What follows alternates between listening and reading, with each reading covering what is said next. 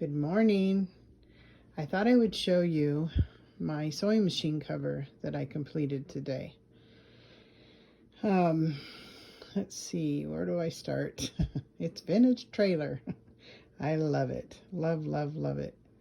I've used all my scraps that I could from up here in my bins because I just didn't want to use a bunch of good fabrics per se. So, I mean, they're good fabrics, but they're all my little scrappies and getting rid of them.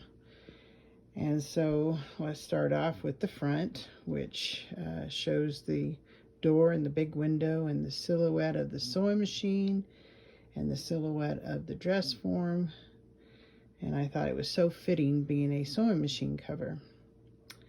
The door has a little handle that is made from a button, a square button, and it's just attached. And I ended up keeping the clasp that comes on them on the card to keep the buttons on.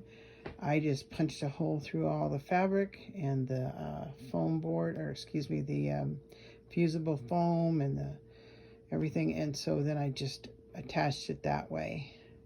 My little wheel down there is made out of felt. I sewed a circle and then I turned it inside out, and then I added the metallic fabric that you use for ironing boards for the wheel hub.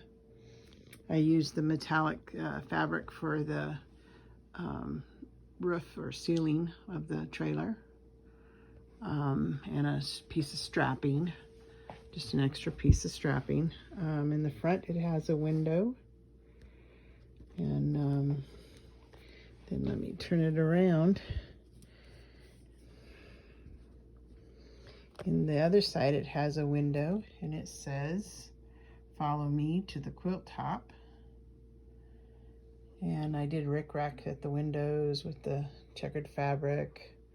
I used a ribbon that I bought that looked like kind of like canvas tweed, whatever you want to call it, and I put Wonder Under behind it, and then I cut it in 1/4-inch strips and then attached them that way.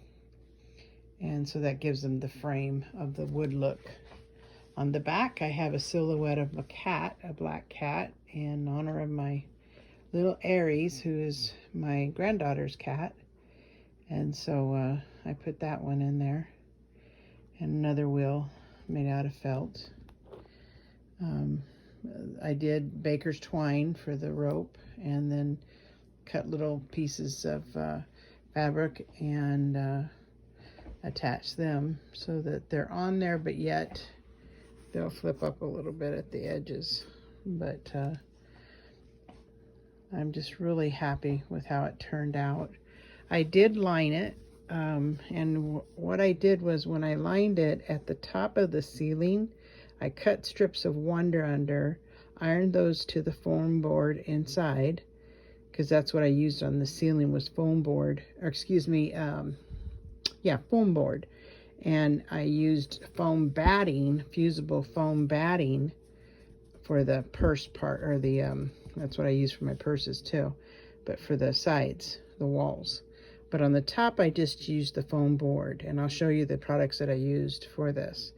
But anyways, I used the Wonder Under, then ironed the ceiling on before I attached everything else here at the base. Once that was done, then I did my binding. And that way the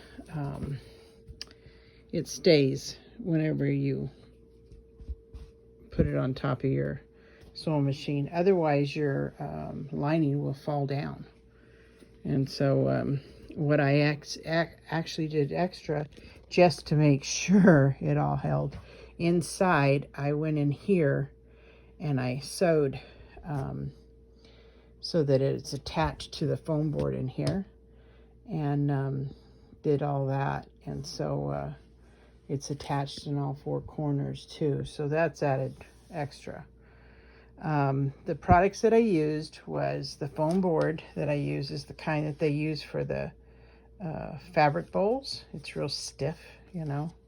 The metal fabric I used is the kind you use for the ironing board covers.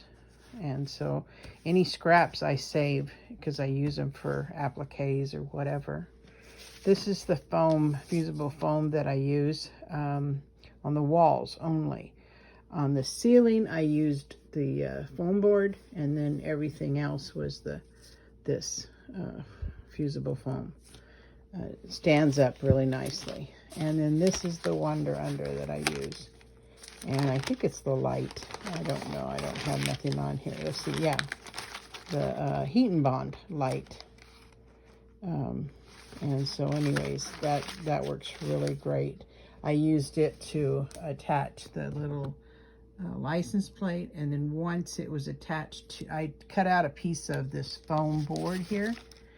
And then I cut out a piece of this metal. I call it metal.